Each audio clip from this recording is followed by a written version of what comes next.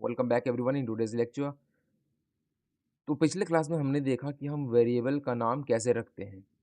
हमने data types के बारे में देखा, हमने उनके नेमिंग रूल के बारे में देखा। हमने ये देखा कि हम डेटा को स्टोर कैसे करते हैं वेरिएबल के अंदर, और हमने ये जाना कि कंपाइलर जो है, जब हम नाम लिखते हैं a = 5, तो कंपाइलर बैकएंड में कैसे काम करता है। वो मेमोरी में जाता है, वो बी ए नाम का एक बॉक्स बनाता है कुछ एड्रेस पे, और उसके अंदर 5 को स्टोर कर देता है। तो इतना कुछ हमने लास्ट क्लास में देखा है। तो आज हम उस डेटा पर ऑपरेशन परफॉर्म करना सीखेंगे, यानी उस डेटा के साथ अलग अलग काम करना ऑपरेटर्स की मदद से। तो सबसे पहले देखते हैं ये ऑपरेटर्स होते क्या है। ठीक है, तो अगर आसान भाषा में बोले तो ये एक सिंबल होते हैं। ऑपरेटर्स क्या है? सिंबल। सिंबल जो हमने मैथ्स में पढ़े हैं, जैसे plus, minus, multiply, divide, greater than, less than, greater than equal to, less than equal to, etcetera etcetera. ठीक है, तो ये सब क्या है? ये सब हमारे ऑपरेटर्स है। तो चलिए पाइथन के सबसे इंपॉर्टेंट ऑपरेटर्स को एक एक करके पढ़ते हैं। पहला है अरिथमेटिक ऑपरेटर्स। ये वो ऑपरेटर्स है जिन्हें हम बचपन से मैथ्स में यूज करते आ रहे हैं। इनका काम कैलकुलेशन करना होता है। अरिथमेटिक ऑपरेटर्स क्या होते हैं? ये प्लस, प्लस का काम क्या होता है? एडिशन करना। ठीक है, दूसरा हो गया माइनस, सब्ट्रैक्ट करना। तीसरा हो गया मल्टीप्लाई, जो है मल्टीप्लाई करना।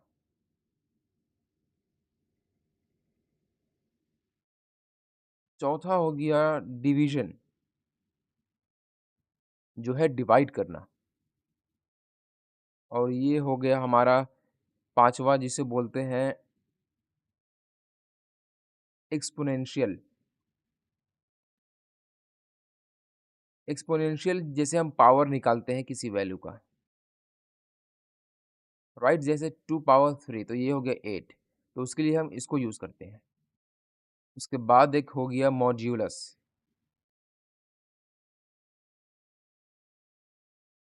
ये होता है किसी भी वैल्यू का रिमाइंडर निकालना।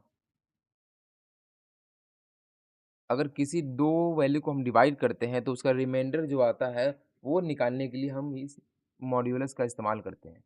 ठीक है, तो अब इस पे काम कैसे करते हैं हम? ठीक है, तो अब मैंने लिखा a = 15 एंड देन b = 10। ठीक है, अब हम इसको क्या करते हैं? प्रिंट कराते हैं। ठीक है, तो लिखते हैं हम प्रिंट एडिशन a+b। ठीक है, देखो यहाँ पे मैंने, ये स्ट्रिंग है, ये क्या है? स्ट्रिंग है, और इसके अंदर क्या है? ये इंट वैल्यू स्टोर है। ठीक है, तो इन दोनों को मैंने क्या किया है? एक कॉमा से सेपरेट किया। अगर मैं कॉमा नहीं दूंगा तो ये एरर दे देगा, तो इन दोनों को मैंने कॉमा से सेपरेट किया है। ठीक है, अब ये हो गया। फिर देखते हैं प्रिंट सब्ट्रैक्ट कॉमा a-b। अब देखो इसका आउटपुट क्या होगा? ये होगा ऐड, उसके बाद फिर a+b, दैट इज 15 + 10 = 25। इसका आंसर आउटपुट क्या होगा? a-b, that is 15 - 10। पहले लिखाएगा सब्ट्रैक्ट, देन 15 - 10 = 5। तो ये इसका आउटपुट आएगा। ठीक है, तो ये हो गया हमारा पहला ऑपरेटर। ठीक है, अब हम दूसरे ऑपरेटर की तरफ बढ़ते हैं, जो है असाइनमेंट ऑपरेटर। असाइनमेंट ऑपरेटर्स ये वैल्यू डालने में काम आते हैं। जैसे ये हो गए इक्वल टू। ठीक है, इक्वल टू ऑपरेटर का काम क्या होता है? जैसे मैंने लिखा a = 5, या फिर b = ABC, ये मैंने लिखा।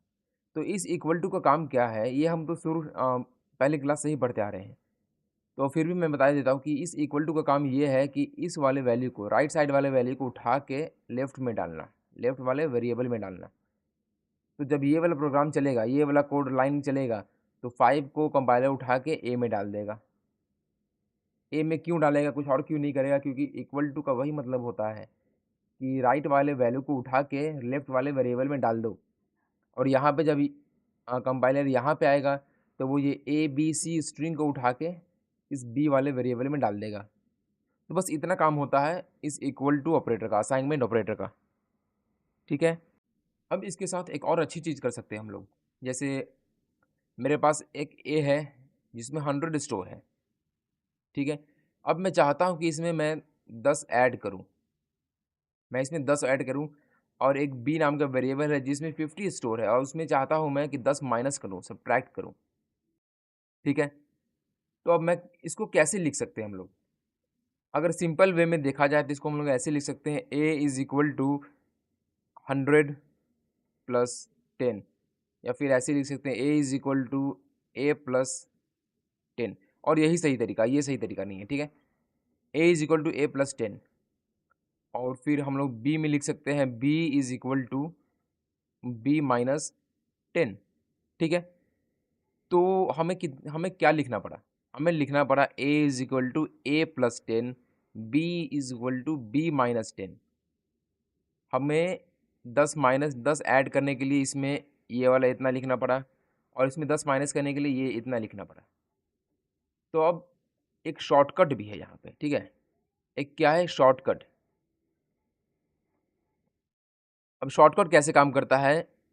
जैसे हमें ए, वही example, A is equal to A plus 10 करना है, तो हम क्या करेंगे, A is equal to plus equal to 10, ये इक्विवेलेंट है इसके, A is equal to A plus 10।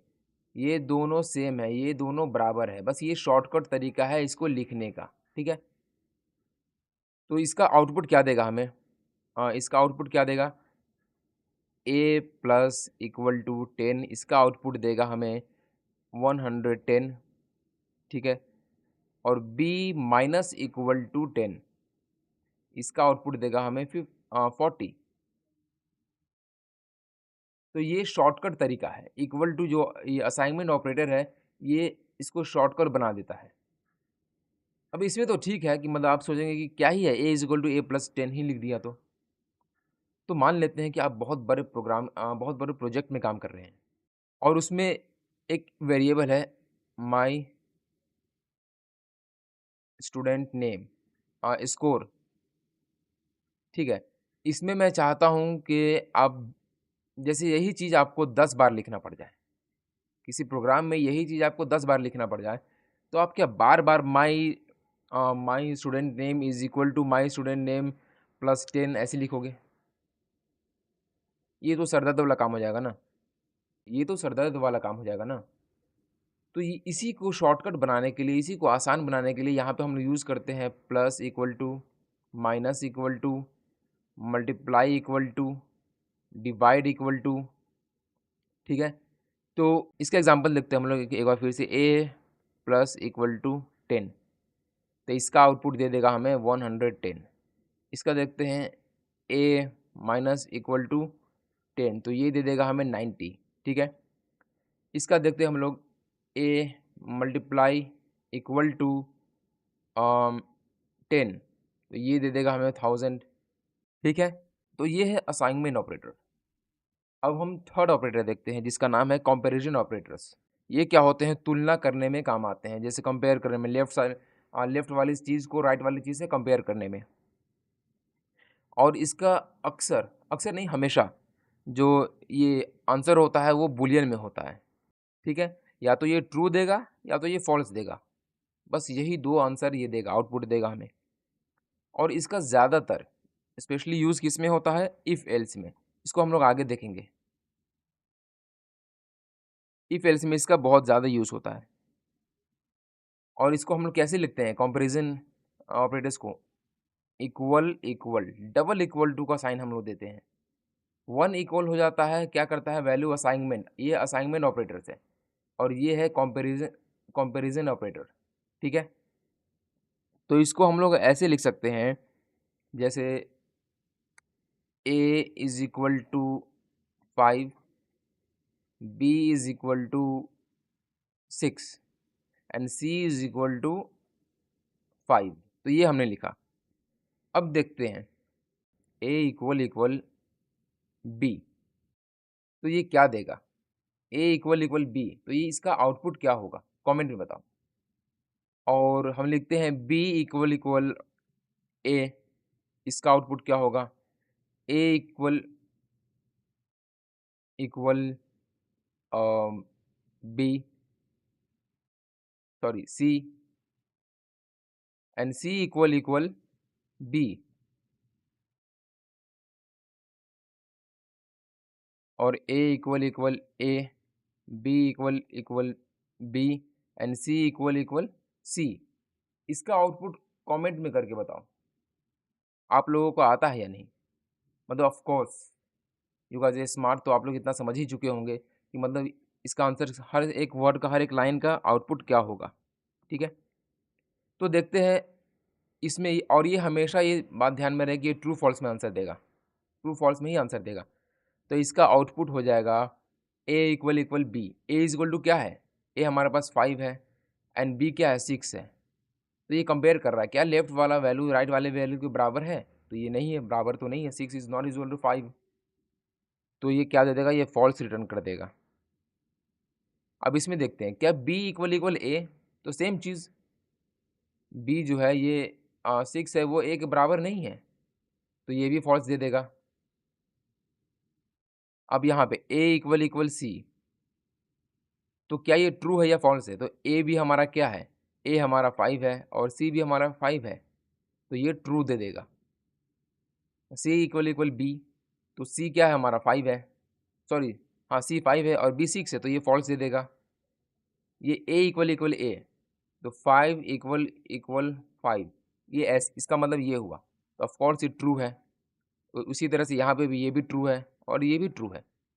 ठीक है, तो ये है कंपैरिजन ऑपरेटर्स। और इसके कुछ और फॉर्म्स भी होते हैं, जैसे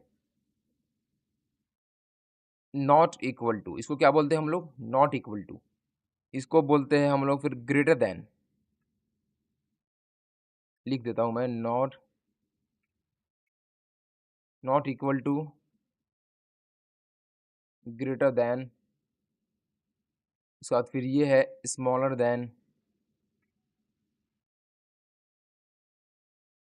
ठीक है, उसके बाद फिर है greater than equal to, greater than equal to. ठीक है, और ये है लेस देन इक्वल टू। ठीक है, तो ये हमारे क्या है? ऑपरेटर्स है। ठीक है, तो ये हमारे क्या है? कंपैरिजन ऑपरेटर्स है। तो इसका हम लोग एग्जांपल इसको ऐसे देखते हैं। ठीक है, ये ऊपर वाली ही चीज एग्जांपल हम लेंगे। हम लिखते हैं a is not equal to b, a is not equal to b, तो इसका आउटपुट क्या होगा? इसका आउटपुट होगा ट्रू। मतलब ये बोल रहा है कि a b के बराबर नहीं है, तो of course a is 5 and b is 6, तो a b के बराबर नहीं है, तो ये ट्रू हो जाएगा। अब ये ग्रेटर देन, ये लिख रहा है a is greater then b। अब इसका आउटपुट क्या होगा? a क्या है हमारा? 5 है, अब b क्या है हमारा? 6 है, तो इसमें आंसर दे देगा फॉल्स। फिर ये है smaller than, a is smaller than b, तो ये भी ये ट्रू है, क्योंकि a क्या है हमारा? 5 है अगेन, और b 6, तो ये ट्रू है। उसके बाद फिर a is greater than equal to b, तो इसमें क्या होगा? a हमारा 5 है एंड b हमारा 6 है। ठीक है, तो क्या a ग्रेटर है? इसको हम लोग दो तरह से देखते हैं। पहले ये देखेंगे क्या a ग्रेटर है, तो a 5 है, b 6 से ग्रेटर नहीं है। फिर देखेंगे क्या ये दोनों इक्वल है, तो a 5 है, b 6 से इक्वल नहीं है, तो ये फॉल्स रिटर्न कर देगा। ठीक है, उसके बाद फिर अगर हम लोग ऐसे लिखे a is less than equal to b, तो पहले देखेंगे क्या a छोटा है? हाँ, a तो 5 है लेकिन b 6 है, तो ये छोटा है, तो ये ट्रू दे देगा। या तो ये होना चाहिए या तो ये होना चाहिए। इसका मतलब, इस पूरे का मतलब हो गया कि या तो ये होना चाहिए या फिर ये होना चाहिए, दोनों में से कोई एक होना चाहिए, तभी आंसर ट्रू देगा, वरना फिर फॉल्स देगा। उसके बाद फिर हम लोग देखते हैं a is greater than equal to 5 and a is, sorry c, and a is less than equal to c। अब इसमें आंसर क्या देगा? ए क्या बड़ा है सी से? नहीं, बड़ा नहीं है। ए भी 5 है, सी भी 5 है। तो क्या तो ये वाला तो फॉल्स हो गया, ठीक है? कि ये वाला कंडीशन ट्रू नहीं हुआ ना, क्योंकि ये बड़ा नहीं है। फिर इसको देखते हैं, क्या ये इक्वल है? तो हाँ, ये इक्वल है। तो इक्वल है, एक चीज़ हो गया, मतलब ये ट्रू हो गया। इसका रिटर्न करेगा true. Now A is less than equal to C. क्या ए छोटा है सी से? नहीं, छोटा नहीं है, ये वाला फॉल्स हो गया। अब इसको चेक करते हैं, क्या ये बराबर है? हाँ, बराबर तो है। तब यहाँ पे ये ट्रू कर देगा। दोनों में से कोई एक ट्रू होना चाहिए, तब ट्रू देगा, वरना फिर अगर दोनों फॉल्स हुआ तो ये फॉल्स देगा। ठीक है, ये एक तरह से लॉजिकल ऑपरेटर्स भी होते हैं। तो ये था हमारा कंपैरिजन ऑपरेटर्स। अब हम लोग देखते हैं स्ट्रिंग कॉन्कैटिनेशन। स्ट्रिंग कॉन्कैटिनेशन मतलब टेक्स्ट को जोड़ना। इसका मतलब क्या हो जाता है? कॉन्कैटिनेशन का मतलब क्या हो जाता है? टेक्स्ट को ऐड करना। ठीक है, टेक्स्ट को ऐड करना। तो अब हम लोग इसमें कैसे काम करते हैं? अब ये बहुत इंपॉर्टेंट कॉन्सेप्ट है कि हम ऐड करते हैं टेक्स्ट को। हमने 5a प्लस बी यानी 5 प्लस 6 को ऐड किया, 7 प्लस 8 को ऐड किया या माइनस किया, जो भी। तो इसमें तो समझ में आता है, हमें इसमें समझ में आता है कि ये नंबर है तो हम लोग नंबर को ऐड कर सकते हैं। लेकिन अब स्ट्रिंग को कैसे ऐड करते हैं हम लोग? तो जब नंबर को हम लोग ऐड करते हैं तो ये इसका क्या देता है? दोनों को ऐड करके 15 दे देगा। लेकिन स्ट्रिंग के साथ ये क्या होता है? अलग बिहेव करता है। ठीक है, मतलब जब हम दो स्ट्रिंग को जोड़ते हैं आपस में, तो उसको हम लोग बोलते हैं, उस प्रोसेस को बोलते हैं कॉनकैटिनेशन। इसको हम लोग ऐसे समझते हैं, जैसे ए is equal to like, B is equal to share and C is equal to subscribe. ठीक है, ये हो गया। अब हमें इसे जोड़ना है, तो हम लिखेंगे ए प्लस बी प्लस सी। तो अब ये क्या देगा? किसी को कोई आइडिया है तो कमेंट में लिख के बताओ। तो ये ऐसे देगा, ये सबसे पहले लाइक को यहाँ पे लिख देगा। ठीक है, उसके बाद ऐड है तो मतलब क्या करेगा, ये बी वाले को भी यहीं पे लिख देगा, शेयर। उसके बाद फिर ऐड है तो फिर सी वाले को भी यहीं पे लिख देगा, सब्सक्राइब। ठीक है, तो ये हो गया लाइक शेयर एंड सब्सक्राइब। ऐसे हम लोग कॉन्कैटिनेट करते हैं। ऐसे जब कॉन्कैटिनेट करते हैं स्ट्रिंग को, तो ऑपरेटर ऐसे बिहेव करता है पाइथन। ठीक है, अब देखो यहाँ पे क्या है कि ये सब एक साथ एकदम बकवास, बेकार, खिचड़ी लग रहा है। ठीक है, तो हम लोग इसमें हम चाहते हैं कि लाइक के बाद स्पेस आए, सब्सक्राइब के बाद स्पेस आए और शेयर के बाद स्पेस आए। तो हम क्या कर सकते हैं, इसमें स्पेस को भी ऐड कर सकते हैं हम लोग। ठीक है, तो अब एक सवाल उठता है कि क्या होगा अगर हम लोग स्ट्रिंग को और इंट को जोड़ने की कोशिश करेंगे, तब क्या होगा? ठीक है, जैसे ए प्लस 5। ए क्या है हमारा? ए है हमारा लाइक। ठीक है, और 5 इज इंटीजर। तो जब हम इसको रन करेंगे तो कोड क्या दे देगा? एरर दे देगा। ये एरर दे देगा क्योंकि वो बोलेगा स्ट्रिंग को इंट के साथ ऐड नहीं कर सकते हैं। ठीक है, तो अब क्या करते हैं, इसको हम लोग कोड में रन करके देखते हैं। तो हम लोग यहाँ पे एक फाइल बना लेते हैं ऑपरेटर्स के नाम से।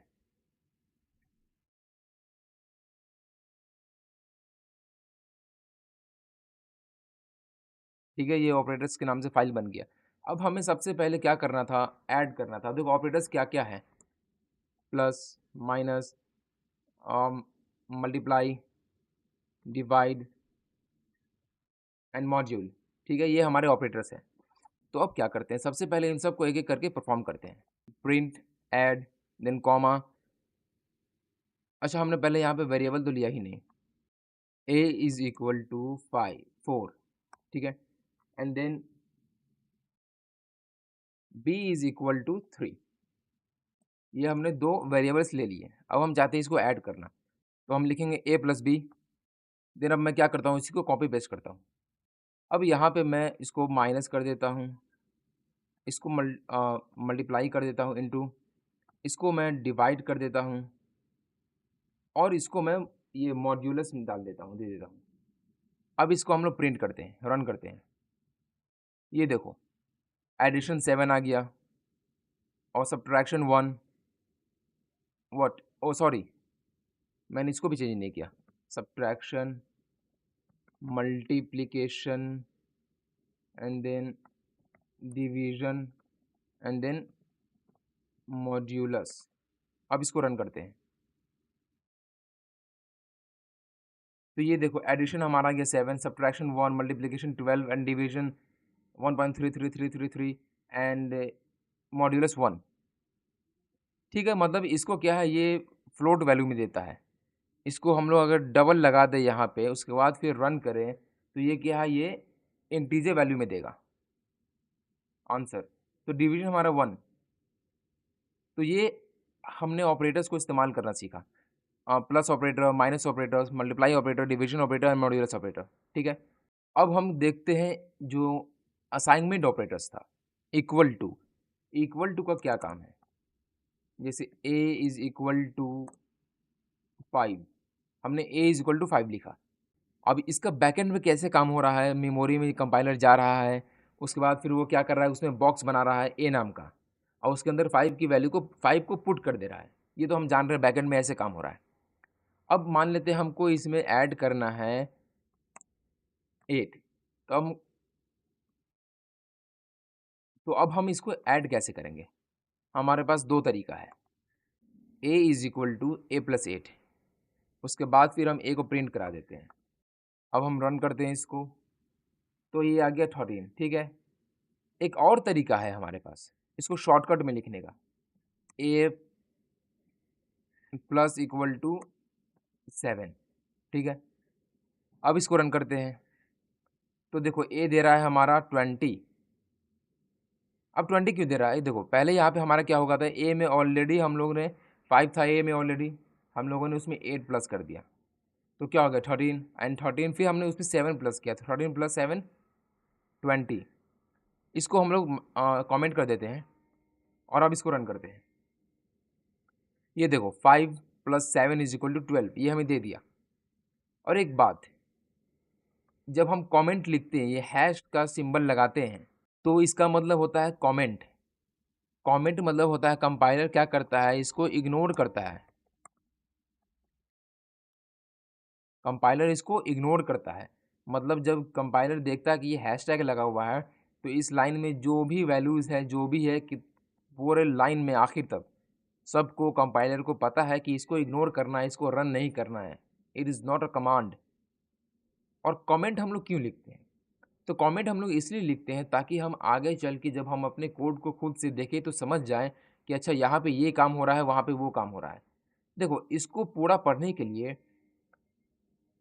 और इसको पूरा पढ़ने के लिए मुझे ये पूरा लाइन पढ़ना पड़ेगा, इसको जानने के लिए कि यहाँ पे क्या हो रहा है। ठीक है, लेकिन अगर मैं ये वाले लाइन देखूँ तो मुझे आइडिया मिल सकता है कि अच्छा यहाँ पे ऑपरेटर्स की बात हो रही है और हम लोग इस पर ऑपरेशन परफॉर्म करके देख रहे हैं। और सिंप्लिसिटी के लिए और बेटर अंडरस्टैंडिंग के लिए हम लोग इस पर यहाँ पे लिख भी सकते हैं कि यहाँ पे ऑपरेटर का काम हो रहा है। ठीक है, और ये स्पेशली थर्ड पर्सन को ज़्यादा हेल्प करती है ताकि वो आपका कोड समझे। जैसे आप एक प्रोजेक्ट पे काम कर रहे हैं, ठीक है, एक ग्रुप में, अब आपका काम ख़त्म हो चुका है, अब आप चाहते हैं कि कोई और आगे का काम करे। जैसे आपको कुछ ज़रूरी काम आ गया, अब आपने किसी अपने दोस्त को बोल दिया जो ये सब जानता है कि भाई तुम इसके आगे का काम कर दो थोड़ा, तो ठीक है, तो वो करेगा, लेकिन उसको फिर कोड शुरू से पढ़ना पड़ेगा, लाइन बाय लाइन, किस लाइन पे कहाँ पे किस सेक्शन में क्या हो रहा है। ठीक है, तो जब अगर आप कोड लिखते हैं तो यहाँ पे वो समझ जाएगा अच्छा इस सेक्शन में बात हो रही है किसकी, ऑपरेटर्स की, यहाँ पे बात हो रही है असाइनमेंट ऑपरेटर्स की, यहाँ पे बात हो रही है क्या, जैसे मैंने लिख दिया कमेंट, तो वो समझ जाएगा कि यहाँ पे बात हो रही है कमेंट की, तो उसको आसानी होगा ये समझने में। ठीक है, इसलिए हम लोग कमेंट लिखते हैं कि बाद में हम खुद भी समझ पाए कि इस प्रोग्राम में यहाँ पे क्या हो रहा है। ठीक है, तो ये हमने असाइनमेंट ऑपरेटर्स और उसके शॉर्टकट देखे। इस पे और ऑपरेशन परफॉर्म करते हैं। A is equal minus equal to 2, then print A, फिर ए मल्टीप्लाई इक्वल टू 3 2, फिर प्रिंट करते हैं ए। अब इसको रन करते हैं। ये देखो ये हमारा आ गया ए इज इक्वल, ये 20 आ गया पहले, फिर ए -2 को प्रिंट किया हमने, तो 12 माइनस 2 इज इक्वल टू 10। फिर हमने इसको मल्टीप्लाई कर दिया 2 से, तो 10 is into 2 is equal to 20। तो ये इस तरह से हम लोग शॉर्टकट काम कर सकते हैं। ठीक है, अब क्या है, अब हम देखते हैं कंपैरिजन ऑपरेटर्स। कंपैरिजन ऑपरेटर्स तो ये बताता है, तो ये ट्रू और फॉल्स में वैल्यू देगा। ये राइट वाले को लेफ्ट वाले से, लेफ्ट वाले को राइट वाले से कंपेयर करेगा। उसके बाद ये हमें ट्रू और फॉल्स में वैल्यू देगा। अगर दोनों इक्वल है तो ये ट्रू देगा, वरना फॉल्स देगा। ठीक है, तो इसको हम लोग ऐसे समझते हैं, ए इक्वल इक्वल 6। तो इसको हम लोग ऐसे समझते हैं, एक एक्स नाम का वेरिएबल है जिसमें 2 है स्टोर, और एक वाई नाम का वेरिएबल है जिसमें 9 है स्टोर। अब हम इसको प्रिंट कराते हैं। ठीक है, एक्स इक्वल इक्वल वाई। अब देखते हैं ये क्या देगा आंसर। सबसे पहले ऊपर वाले सबको हम लोग ना कमेंट कर देते हैं।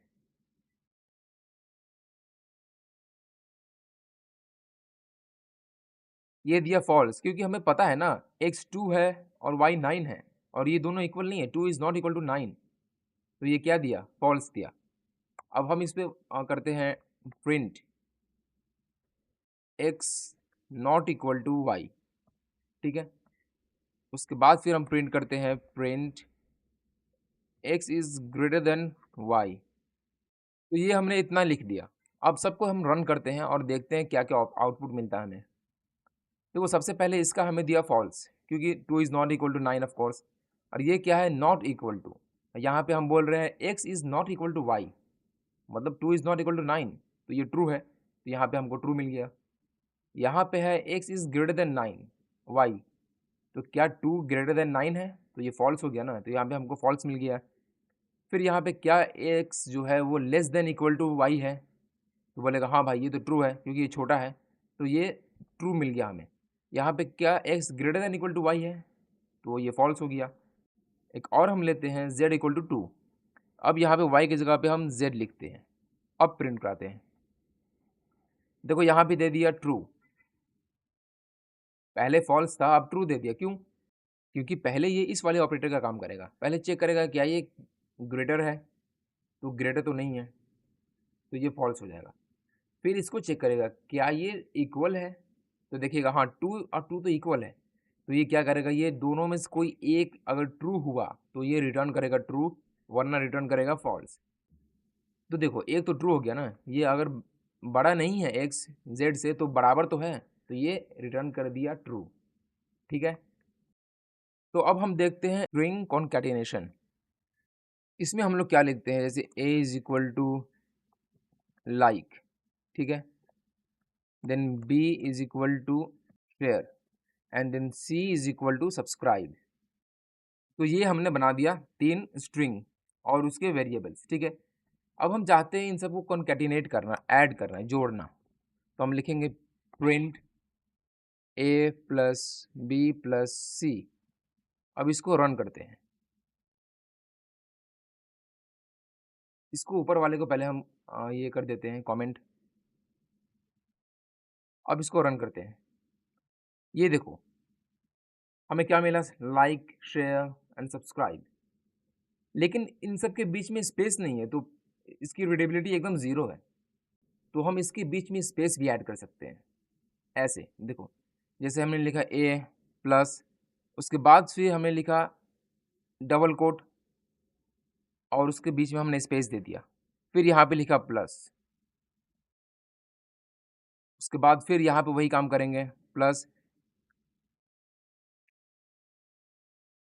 ये हो गया हमारा, इसको ऐड कर देते हैं। अब देखो ये प्रिंट होगा ए मतलब लाइक, उसके बाद फिर प्रिंट होगा ये स्पेस, फिर प्रिंट होगा बी मतलब शेयर, उसके बाद फिर प्रिंट होगा स्पेस, फिर प्रिंट होगा सब्सक्राइब। ये देखो like share and subscribe, like space share space subscribe. तो ये हम लोग ऐसे कॉन्कैटिनेट करते हैं, स्ट्रिंग को ऐसे जोड़ते हैं। अब इसमें हम लोग क्या करते हैं, एक ऐड करके देखते हैं ए प्लस 7। ठीक है, अब देखो यहाँ पे ये एरर दे दिया, type error. Can only concatenate string not int to string. मतलब हम लोग सिर्फ स्ट्रिंग में स्ट्रिंग को ही कॉन्कैटिनेट कर सकते हैं, स्ट्रिंग में इंट को कॉन्कैटिनेट नहीं कर सकते हैं। तो आई होप आपको ये सब बिल्कुल अच्छे से समझ में आया होगा। और आज हमने एक और इम्पॉर्टेंट चीज़, एक और बहुत इम्पॉर्टेंट प्रॉब्लम फेस की, जो है टाइप एरर। ठीक है, तो इस टाइप एरर को कैसे सॉल्व करें और हम यूज़र से इनपुट लेकर उस पर कैलकुलेशन कैसे परफॉर्म करें, ये सब हम सीखेंगे अगली वीडियो में, जहां हम यूज़र से इनपुट लेंगे, टाइप एरर और टाइप कास्टिंग को डिटेल में समझेंगे। तो अगर आपको ये वीडियो पसंद आया तो लाइक करो, शेयर करो और सब्सक्राइब करो और कमेंट करके बताओ। मिलते हैं अगली वीडियो में। Till then take care and keep learning.